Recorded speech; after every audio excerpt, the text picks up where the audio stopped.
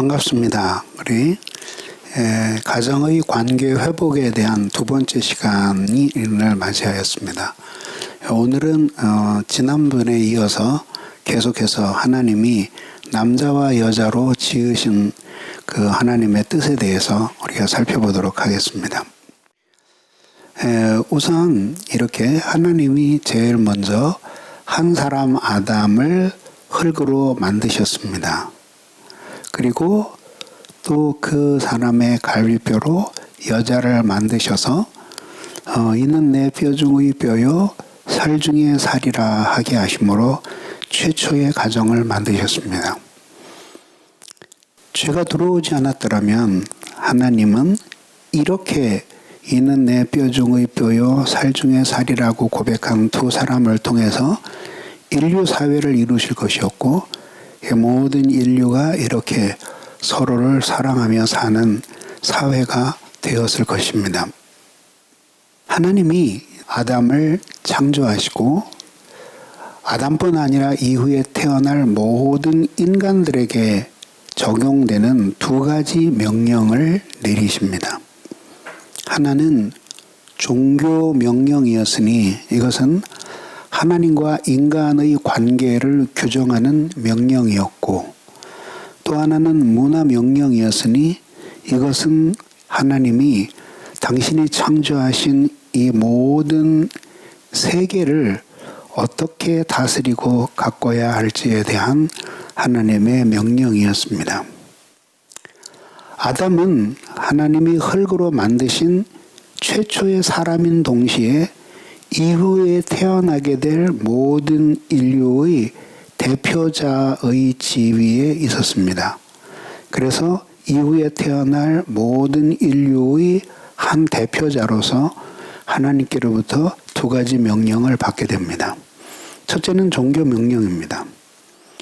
자, 창세기 2장 17절에서 하나님은 동산의 모든 나무의 실과를 먹되 선악을 알게 하는 나무의 열매는 먹지 말라 명령을 하셨습니다. 그래서 어떤 사람들은 말합니다. 하나님이 째째하게 왜 그러셨을까? 주시려면 다 주시지 왜 동산 중앙에 있는 나무의 실과는 먹지 말라고 명령하셨을까? 여기에는 하나님의 깊은 뜻이 있습니다. 어떤 사람들은 여기에 이 열매가 무슨 어떤 종류의 열매일까에 대해서 궁금하게 생각을 합니다. 그러나 사실은 이 열매가 다른 열매와는 다른 어떤 신비한 열매였다고 보지는 않습니다. 그냥 평범한 그런 나무의 열매였지만 하나님이 이 나무의 열매에 특별한 의미를 부여하시는 거죠. 그래서 이렇게 하나님이 명령하심으로써 이제 여기에 아담이 이렇게 와서 서 있다고 가정을 해봅시다. 후에 이렇게 하와도 와 있었겠죠, 이렇게. 그럼 이제 여기서 이렇게 나무의 실과를 보면서 생각을 하는 겁니다. 모든 것을 하나님이 다 우리에게 맡기셨는데 이 나무의 실과는 우리에게 먹지 못하게 하셨다. 이거를 볼 때마다 하나님과 자신 사이에 있는 존재의 차이를 알게 하시는 거죠. 하나님이 이 모든 걸 우리에게 맡기셨지만 하나님은 우리보다 훨씬 높으신 분이시다. 그래서 우리는 그 하나님께 순종하며 살아야 한다. 이거를 깨닫게 하시기 위해서 하나님이 종교 명령을 내리신 것입니다. 또 하나 우리 생각해 볼 수 있는 것은 이렇게 하나님이 선악을 알게 하는 나무의 실과는 따먹지 말아라. 그리고 인간은 거기에 순종해야 되는데 순종하는 마음에서 하나님을 진심으로 의지하는 마음이 나오게 됩니다. 그래서 하나님은 우리 인간들에게 종교 명령을 내리심으로써 하나님과의 존재의 차이를 알게 하시고 순종하게 하시고 당신을 의지하며 살게 하신 것입니다. 그런데 이 종교 명령은 이렇게 하나님께로부터 인간에게 주어진 명령이죠. 이걸 종교 명령이라고 부르는 이유는 하나님과의 관계를 규율하는 명령이기 때문입니다. 자, 그래서 하나님은 가정과 관련해서 이런 뜻을 가지고 계셨습니다. 하나님이 이렇게 남녀가 합하여 가정을 이루게 하시고, 그래서 위로는 하나님을 사랑하게 하시고, 옆으로는 모든 이웃들을 사랑하게 하시며, 또 하나님이 창조하신 이 모든 자연 사물에 대해서는 선의, 이런 뜻입니다. 선한 뜻을 가지고 대하도록 하나님이 그렇게 인간을 만드신 것입니다. 이런 도리를 이렇게 하나님을 사랑하고 인간을 사랑하고 또 자연 모든 만물들을 선의로 대하는 이런 인간됨을 가정을 통해서 하나님이 배우게 하시는 거죠. 이것이 하나님이 사람을 지으시고 종교 명령을 주신 이유입니다. 그 다음에 이제 28절에서 이제 문화 명령 혹은 이것을 노동 명령이라고도 부릅니다. 노동 명령이라고도 부르는데 노동입니다. 명령이라고도 부르시는데 이렇게 나와요. 생육하고 번성하여 땅에 충만하여 다스리라 하시니라고 나와요. 근데 여기서 다스린다라고 하는 말이 히브리 말로 라다라는 단어인데 막 포갑적인 통치가 아니라 그 아버지 어머니의 마음을 가지고 자연의 모든 세계를 돌보는 거죠. 이러한 노동과 섬김을 통해서 자연 만물도 모두 행복해지는 세상이 되게 하는 것, 그것이 하나님이 인간에게 주신 목적이었던 것입니다. 그럼 여기에 보면 그런 역할을 이제 여기 남자와 여자가 함께 이 일을 행함으로써 그럼으로써 하나님이 창조하신 이 모든 세계 속에 자연의 세계뿐만 아니라 또한 인간들이 살아가는 사회 속에 하나님의 뜻이 이루어지도록 가꾸고 돌보는 이것이 하나님이 원하시는 인간을 창조하신 이유였던 것입니다. 요약을 하면 한편으로는 하나님과 올바른 관계를 맺고 또 한편으로는 사람과 올바른 관계를 맺고 또 한편으로는 하나님이 창조하신 자연 세계와 올바른 관계를 맺고 그렇게 살아가게 하기 위해서 하나님이 인간을 창조하신 것입니다. 아담은 그 이름이 흙, 땅, 혹은 불다 이런 의미를 가진 히브리어 단어에서 옵니다. 하와는 원래 생명이라는 뜻이고요. 그리고 그 생명은 바로 그 여성이 생명을 잉태하고 그 생명을 퍼뜨림에 있어서 얼마나 중요한 존재인가 하는 것을 보여주는 것입니다. 그래서 이제 여자의 이름을 하나님이 하와라고 이렇게 부르시고 아담이라고 이렇게 부르게 하셨습니다. 다음을 보면 이제 이거는 이제 두 개의 사물이 있습니다. 이렇게 두 개의 사물이 있어서 하나의 관계를 이루게 되죠. 근데 만약에 이 사물이 이렇게 네 개라면 그러면 네 개의 관계가 이루어지게 되겠죠. 이렇게. 만약 이것들이 많아지면 더 많은 관계들이 생겨나게 되겠죠. 무한히 많아지면 아주 여기에 무수하게 많은 관계들이 생겨나게 되겠죠. 그럼 이것이 관계가 복수가 될 때에는 맺는 관계들이 많아지기 때문에 이 각자가 하나님이 원하시는 자리에 있게 되면은 아름다움을 증진시키는 거죠. 그리고 또 하나님은 인간들의 이러한 관계들을 서로 사랑의 관계를 만드심으로써 하나님의 사랑의 성품을 사회 속에서 드러내 보여주는 것이 하나님이 원하시는 것이었습니다. 결국 사랑이라고 하는 것은 관계 속에서 이루어지는 것이죠. 이것을 만약에 인간에게 적용한다면 두 사람과의 관계, 네 사람과의 관계, 헤아릴 수 없이 많은 사람들의 관계, 무수한 사람들과의 관계, 그것들이 함께 사랑으로 엮여지기만 했다면 그게 얼마나 아름다운 관계가 되었겠습니까? 근데 그렇게 안 되었기 때문에 오늘 우리들이 불행한 것이죠. 이렇게 보면 그 하나님이 이제 사람을 생육하고 번성하게 하셨는데요. 그 생육하고 번성하는 인간들이 이게 하나님 사랑하고 인간을 사랑하게 하셨지만은 엄격하게 나누어 보자면 하나님을 향한 사랑은 인간을 향한 사랑과 좀 다르죠. 그래서 이게 하나님을 향한 사랑은 우리들이 경외라고 표현을 할 수 있는데 이건 뭐냐면 하나님을 향한 두려움과 사랑이 함께 결합된 것이죠. 이런 것을 느끼면서 이제 하나님과 사람을 대하게 만드는 것을 가리켜서 우리들이 경건이라고 부르는 것입니다. 이렇게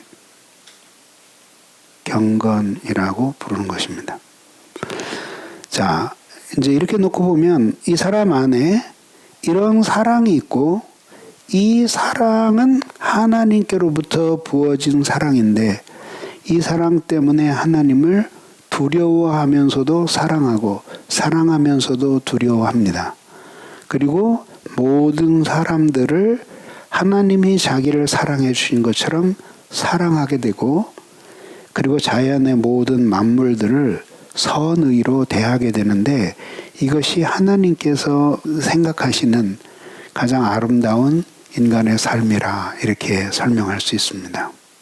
그 다음에는 이제 하나님이 먼저 정복하고 다스리게 하셨는데 그래서 하나님은 그 남자에게 여성과는 다른 성품을 주셔서 개척하고 또 통치하게 하십니다. 그래서 남성성은 용기와 투지, 결단 이런 것들을 통해서 드러나게 되죠. 그런가 하면 하나님이 여성성은 이 땅을 다스리라는 하나님의 계명 속에 잘 나타나는데 이건 뭐냐면 돌보고 그리고 관계를 맺는 것이죠. 그래서 관계를 구축하고 혹은 이미 이루어진 관계를 계속 유지하는 것이죠. 그래서 여성성은 지혜, 자비, 공감 이런 것들에 의해서 이 사물들과의 관계에서 표출됩니다. 그래서 하나님이 땅을 정복하라 다스리라고 하신 이것은 결국은 아담 혼자에게 주신 명령이 아니라 아담 이후에 생겨날 하와와 모든 인류에게 주신 명령이에요. 그러니까 이것은 남자와 여자가 함께 힘을 합하여 성취될 수 있는 계명이니 그게 바로 정복하고 다스리는 라는 하나님의 명령입니다. 우리가 잘 이해하고 있는 바와 같이 남자들은 얼마나 큰 집에 얼마나 비싼 가구를 들여놓고 사느냐에 관심을 가질지 모르지만 여성들은 그것보다도 아기자기하게 어떻게 집안을 가꾸어서 행복한 삶을 엮어갈 수 있을까 이걸 훨씬 생각하게 되죠. 그래서 남자보다는 여자는 아주 작고 소소한 곳에서 오히려 행복을 느끼게 되는 것도 하나님이 여성에게 주신 이러한 기질과 관련이 되는 것입니다. 이 말씀을 드리는 이유는 뭐냐면 남녀가 서로 이렇게 다른 성품을 가지고 태어났으니 서로를 깊이 이해해야지만 사랑하는데 힘이 덜 들다 이런 의미입니다. 근데 이제 이렇게 해서 하나님이 결국은 아담과 하와에게 이 세상을 정복하고 다스리라는 명령을 내리시는데 이것은 결국 남녀가 서로 평등하다고 하는 것을 보여줍니다. 그래서 남녀 우월의 차이가 아니라 맡겨진 영역들이 다른 것처럼 하나님이 남자에게 이런 성품을, 여자에게 이런 성품을 주신 것을 우리들이 알아야 합니다. 두 번째는 서로 다름을 인정하는 것입니다. 서로의 다름을 인정하게 될 때, 그때에 이제 서로를 잘 섬기고 봉사할 수 있게 되는 것이죠. 그래서 이제 결혼식 주례를 하고 그 다음에 신혼여행이 갔다 와서 돌아오면 항상 물어봅니다. 솔직히 말해봐라. 너희 싸웠냐? 안 싸웠냐? 다퉜냐? 안 다퉜냐? 그러면 대부분이 조금 다퉜어요. 그래요. 근데 그 이유 중에 하나는 뭐냐면 아직은 맨 처음 결혼을 해서 남녀가 서로 우리가 서로 다른 존재라는 사실을 너무 몰라요. 근데 사실은 서로 다른 존재로 창조되었고 살아왔고 이제껏 삶의 배경이 서로 달라요. 그러니까 서로 같이 처음 시작을 할 때 둘이 잘 맞지 않는 건 너무 당연해요. 근데 그거를 인정해야 돼. 그 다르다고 하는 거를. 그러고 이제 대화의 길을 찾아가야 되겠죠. 그러면서 남녀가 서로를 사랑하는 거죠. 그래서 사랑하는 것은 하나님이 인간에게 주신 하나의 그 법칙이에요. 히랍 신화에 보면은 이제 원래 남녀가 그 한 몸이었대요.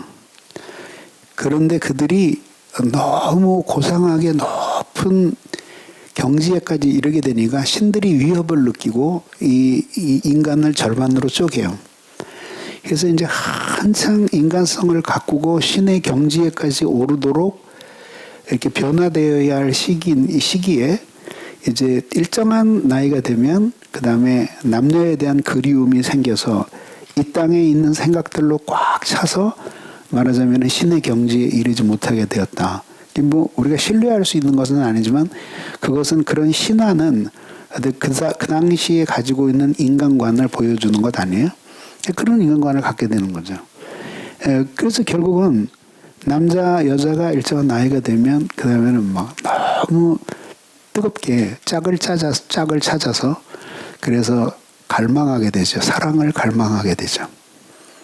그것이 하나님이 세상에 있는 남자와 여자를 결합시켜서 그래서 한 가정을 만드시는 방법이에요. 그래서 가끔 사람들이 독신으로 살잖아요. 독신으로 살 사람의 가장 중요한 조건은 뭐냐면 그런 거를 별로 안 느끼는 사람이어야 돼요. 그래서 평생을 살았는데 어떤 여자를 보고 가슴이 뛰고 막 저 여자와 그 한 몸이 되어서 살고 싶다라고 하는 그런 거를 많이 안 느낀 사람들이 독신의 소명이 있는 사람일 가능성이 크다는 거죠. 만약에 매일매일 그것을 느낀다면 독신으로 살기가 어렵지 않겠어요? 그렇잖아요? 그래서 이제 남녀가 서로 사랑하는 것은 하나님의 뜻이다.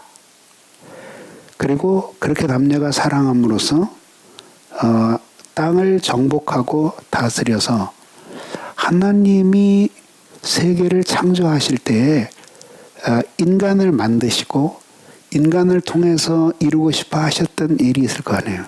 그 일을 이해하고 그 뜻을 따라서 이 세계를 돌보고 가꾸는 것. 그것이 하나님께서 남녀를 이렇게 사랑으로 결합시키신 이유다. 그래서 마지막으로 하나님의 뜻을 성취하면서 살아가는 것이 하나님이 인간을 남녀를 이렇게 사랑으로 결합시켜 주신 이유이기도 합니다.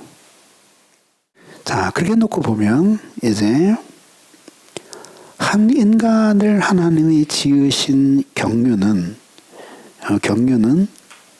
결국은 보다 높게 보면은 하나님이 가정을 만드신 경륜 안에 있고, 그리고 이 가정의 경륜은 하나님이 이 세계를 모두 창조하신 경륜 안에 있는 거죠. 그러니까 이 가정이 너무 중요한 게 뭐냐면, 아무것도 모르는 아이로 이 세상에 태어나서 엄마 아빠를 통해서 인간이 누구인지, 자연 만물이 무엇인지, 그리고 우리가 어떻게 살아야 할지 그것들을 배우게 되는 거예요. 그러니까 만약에 한 아이가 참 사람이 되고자 애쓰는 아빠와 그렇게 애쓰는 엄마 밑에 태어나서 인간이 되는 도리를 올바르게 배울 수 있다면 이 아이는 그 행복에 훨씬 가까이 다가가는 거죠. 가정에서 그걸 가르쳐주지 못할 때 아이들은 온몸으로 부딪히며 깨어지며 그 평범한 진리들을 배워가는 거예요. 얼마나 많은 그 고생을 해야 될지 한번 생각해 보세요. 그래서 하나님은 이제 이 가정이 가정다워질 때에 하나님이 이 세계를 창조하신 창조의 경륜에 매우 가깝게 다가가게 되는 거죠. 그러면 한 인간이 하나님 앞에 한 사람으로서의 도리가 무엇인가 하는 것을 올바로 깨달으며 성숙할 때, 그때 그 사람이 좋은 아버지가 되고 좋은 엄마가 되고 좋은 자녀가 되고 좋은 할머니 할아버지가 되는 거죠. 그래서 이제 이렇게 인간을 향한 경륜, 그 가정의 경륜, 창조의 경륜이 모두 연속선상에 있는 거죠. 자, 오늘 배운 내용들을 종합하면 이렇게 6가지로 요약될 수 있습니다. 그래서 여러분들이 다른 것은 잊어버리더라도 이 6가지를 기억하시면 됩니다. 첫째로, 하나님이 당신의 형상을 따라 창조하신 인간에게 2가지 명령을 주십니다. 하나는 종교 명령이고 문화 명령이었습니다. 종교 명령은 하나님께 순종하라는 것이었고, 문화 명령은 이 세상을 더 아름다운 세상으로 가꾸라고 하는 명령이었습니다. 그래서 이 문화 명령은 인간의 사회, 그리고 자연의 세계 모두에 대해서 주시는 명령이니, 우리가 이 세상에 없는 것보다는 있기 때문에 더 아름다운 인류 사회가 되고 자연 세계가 되도록 그렇게 하나님 명령을 주신 것입니다. 이걸 좀 더 상세히 설명하면, 먼저 하나님이 종교 명령을 주셨는데 이것은 하나님께 대한 순종을 가르치기 위함이었습니다. 그러니까 동산에 있는 많은 실과들 중에 특정한 실과는 따먹지 말라고 명령하심으로써 인간은 자신과 하나님 사이에서 엄청난 무한대의 질적인 격차를 느끼도록, 그래서 하나님께 순종하도록 만드신 것입니다.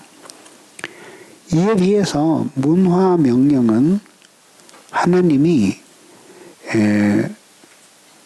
이제 이 인간을 다른 사람들과의 관계, 그리고 이건 사회죠. 사회, 그리고 또 하나님이 창조하신 자연 세계, 자연 세계 속에서 하나님의 뜻을 구현하는 것입니다. 근데 그것을 하나님은 정복과 다스림이라고 표현하셨는데, 인간 사회에서 만들어가는 이 모든 사회가, 인간들이 만들어가던 사회가 결국은 하나님의 창조하신 세계로서의 사회이기 때문에 인간이 진정으로 행복하기 위해서는 하나님이 이 세계를 창조하신 뜻이 무엇인지를 알고 그대로 되어야 한다라는 거죠. 그래서 이것은 꼭 자연에게만 해당되는 게 아니라 이제 인간 사회에서 이루어지는 모든 영역에 해당하는 것입니다. 네 번째는 하나님의 이런 문화 명령과 종교 명령을 위해서는 남성성과 여성성이 모두 필요합니다. 특히 문화 명령을 위해서는 남성성은 새로운 세계를 정복하는데 여성성은 이미 정복되어 있는 사물들을 함께 관계를 맺어가는 데에 필요하도록 창조하셨습니다. 다섯 번째는 인간과 가정은 하나님의 창조 경륜 안에 있습니다. 쉽게 말하면 하나님은 한 사람이 정말 사람다운 사람이 되게 하신 것은 가정다운 가정이 되게 하시기 위함이고 모든 인류가 가정다운 가정을 이루게 하심은 하나님이 인간을 창조하신 모든 경륜이 그 경륜대로 이루어지게 하기 위해서 하나님이 인간과 가정을 만드신 것입니다. 그러므로 하나님의 창조의 경륜을 따르는 사회가 되려면 가정이 가정다워야 하고 그 가정이 가정다워지는 비결은 가정의 구성 요소인 가족들이 각기 하나님을 경외하는 사람이어야 한다는 것입니다. 마지막 여섯 번째는 하나님을 경외한다고 하는 것은 하나님을 공경할 뿐만 아니라 이웃을 사랑하고 하나님이 창조하신 모든 만물을 자비롭게 대하는 선의에 의해서 성취됩니다. 그러니까 하나님을 향한 경외하는 마음은 이웃을 사랑하고 자연의 모든 만물들을 돌보고 가꾸는 것으로 나타나야 하는 것이죠. 그러니까 오늘날 이런 인간에 대한 막 그런 비참한 대우들, 그러니까 요새 나오는 뭐 갑질하는 거, 이렇게 해서 자기보다 지위가 낮고 돈이 좀 적다는 없다는 이유 때문에 인간을 이렇게 구박하고 위에서 인간을 억압하고 이렇게 하는 것은 하나님이 원하시는 인류 사회가 아니다. 그리고 자연만 보더라도 하나님이 창조하신 세계를 인간들이 이렇게 막 학대하고 그리고 마구 이렇게 소비해서 그래서 자연의 세계를 황폐화시키는 것은 하나님이 원하시는 사회가 아니다. 이걸 보여주는 것입니다. 그래서 하나님을 경외함으로 이웃을 사랑하고 선의에 이르게 하는 것. 이것이 하나님이 원하시는 것입니다. 다시 한번 정리합니다. 첫 번째는 하나님이 인간에게 종교와 문화의 명령을 주셨다. 종교 명령은 순종하게 하시기 위함이고 문화 명령은 정복하고 다스리게 하기 위함이다. 이런 정복을 위해서는 문화 명령을 위해서는 남성성과 여성성이 모두 필요하다. 남성은 정복하고 여성들은 그 관계를 유지해 나간다. 인생과 가정은 창조의 경륜 안에 있고 하나님을 경외함은 이웃에 대한 사랑과 만물에 대한 선의로 나타나야 한다. 이것입니다. 여기까지가 오늘 우리가 배운 내용입니다.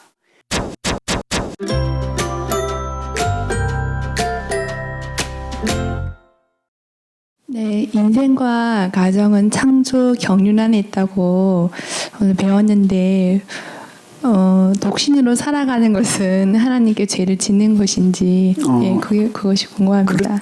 그렇지는 않죠. 왜냐하면 이거는 지금 일반적인 이야기를 한 것이고 오히려 사도 바울은 우리에게 독신을 권하지 않았습니까? 그런데 이제 문제는 독신으로 살아가냐 아니면 결혼을 하고 살아가느냐가 결국은 이것이 인생의 하나의 양상이거든요. 어떤 사람은 결혼을 하고 어떤 사람은 결혼을 안 하고 살아가요. 이건 하나의 양상이에요. 문제는 무엇을 위한 결혼이고 무엇을 위한 독신이냐 이거죠.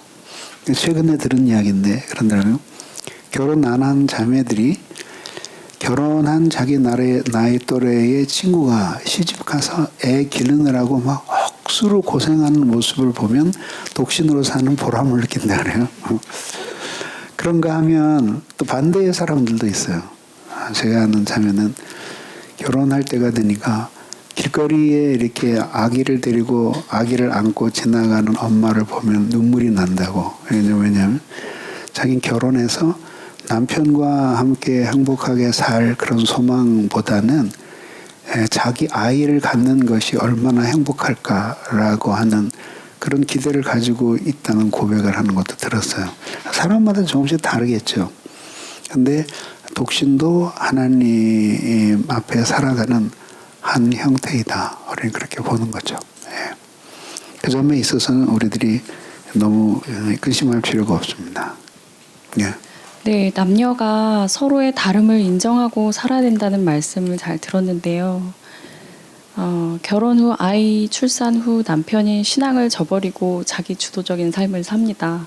근데 저는 배운 대로 좀 살려고 노력을 하는데 남편과 함께 마음을 모으기 너무 힘들어요. 물론 하나님께 사랑을 구해야 되지만 한계가 있는 것 같아서 좀 지혜로운 방법이 있으면 좀 알려주세요. 얼마나 힘들겠어요, 그죠? 남편과 아내가 함께 신앙생활을 잘 해도 그 가정을 이끌어가는 게 쉬운 일이 아닌데, 더군다나 남편이 신앙생활을 하다가 그 신앙을 이제 버리셨다고 하니까 얼마나 힘들겠어요. 그렇지만 우리에게 무슨 별다른 무슨 뾰족한 방법이 있는 게 아니잖아요. 그래서 어떻게 하든지 남편의 마음이 변하여 주님께 돌아오기를 갈망하는 것밖에 없잖아요. 그래서 제일 중요한 건 뭐냐면은 자매님이 먼저 여유 있는 삶을 살아야 돼요. 그 여유라고 하는 것은 단순히 물질의 여유만을 가리키는 것은 아니에요. 그러니까 왜 부모로서 자식을 기르다 보면은 그런 거 있잖아요. 이렇게 성깔이 날 때가 있잖아요. 아이들이 이렇게 하는 걸 견딜 수가 없어서 성깔이 나서 아이들을 때리거나 뭐 이런 때가 있는가 하면 자신의 마음이 막 기쁘고 좋은 일이 있어서 마음이 아주 한없이 너그러워질 때에는 아이들이 그렇게 말썽을 피우는 것조차도 너무 귀여워 보이는 거죠. 그러니까 그건 결국은 자기가 여유가 있다는 이야기죠. 남편도 마찬가지예요. 그럼 보세요. 그러면은 안 믿는 남편하고 결혼한 사람도 있는데 그래도 자매님은 믿는 남편과 결혼을 해서 지금 신앙을 떠나게 됐지만 하나님께서 언젠가는 돌이키시지 않겠어요? 그러면은 자매님이 보다 더 큰 마음의 여유를 가지고 남편을 용납하고 하나님을 떠난 영혼을 불쌍히 여길 수 있는 그런 마음을 가지고 아내의 자리를 꿋꿋이 지켜야 돼요. 그러기 위해서 필요한 것은 뭐겠어요? 남편이 한순간에 바뀌어서 나에게 잘해주기를 기대할 수도 있겠지만 그런 일이 일어날 수도 있겠지만 더 중요한 것은 하나님께로부터 은혜와 사랑을 많이 받아서 현실들을 극복해 나가야 되는 거죠. 심지어 남편으로부터 박해를 받는 아내들도 있잖아요. 저는 목회하면서 많이 만났거든요. 막 구타도 하고 막 이런 사람들, 인간 이하의 삶을 사는 사람들 많이 만났거든요. 그때 결국 성경을 통해서 우리는 배우게 되는 거죠. 그런 핍박을 인내하고 사랑으로 참으면서 언젠가는 남편이 돌아오기를 기대하면서 희생하고 하나님 앞에 매달리는 거죠. 그래서 더 큰 하나님의 은혜가 필요합니다. 그리고 남편과 그 올바르고 좋은 관계가 될 때에 대화가 되지. 그래서 아내가 남편에 대해서 불만과 원망이 가득 찬 상태에서는 대화가 안 되는 거죠.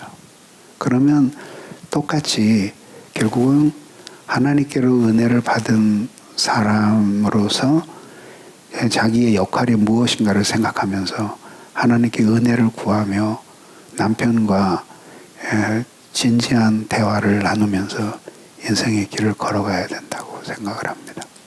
마지막 한 분만 더 하겠습니다.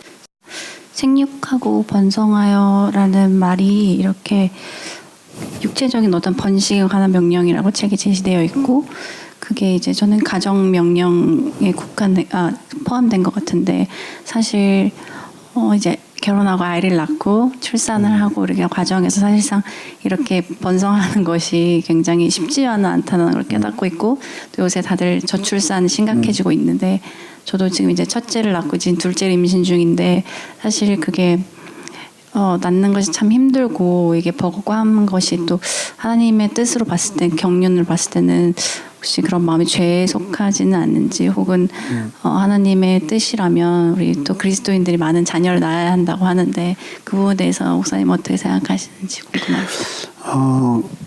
하나님의 뜻이 많은 자녀들을 낳는 것이라고 하는 것은 의심할 여지가 없죠. 그래서 기독교에서는 전통적으로 아주 극단적인 데서는 피임조차도 낙태는 물론이고 피임조차도 하나님의 뜻이 아니라고 꺼렸죠. 그런 점에서 이제 그 자녀들을 그 다산하는 것은 하나님의 뜻이다 이렇게 생각을 해요. 근데 요즘 현실이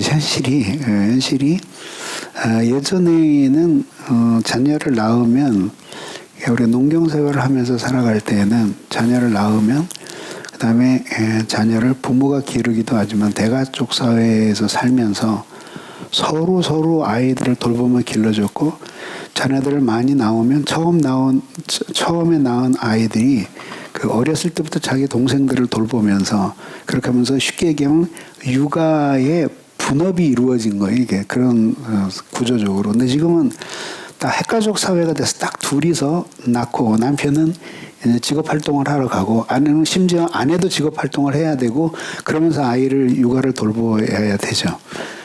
그리고 아이들 위해서 필요한 것들도 예전에는 가지수가 얼마 안 됐지만 이제는 굉장히 많은 것들이 필요하게 되고, 이런 복잡한 문제들이 생겨나게 되는 거죠. 그래서 사람들이 출산을 꺼려요.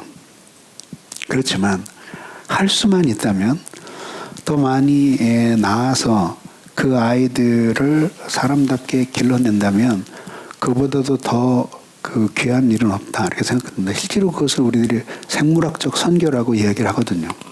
그러니까 사람을 그냥 놔만 놓는 게 아니라 사람답게 길러낸다면 그것이 얼마나 하나님을 위한 훌륭한 그 섬김일까 생각을 하게 되는 것이죠. 근데 어렵긴 어려운 모양이에요. 그래서 우리 며느리도 결혼하기 전에 넷을 낳겠다 그러더라고요. 그래서 내가 너 참 대단하다. 그래서 거기에 점수를 많이 줬어요. 그래서 결혼을 허락을 했는데, 하나를 낳더니 그다음에 이제 셋만 낳아야 되겠어요. 그래? 그래서 그러나 보다 그랬더니 둘째를 낳고 나더니 너무 힘든지 이제 그만 낳았으면 좋겠어요. 그래 힘든 시기가 지나가고 편안해지면은 하나 더 낳아봐라 그러는데 어떻게 강요할 수 있겠어요, 그죠? 근데 분명한 것은 그것이 하나님이 기뻐하시는 뜻이죠. 그래서 지금도 그런 다산을 실천하는 사람들이 의외로 있어요.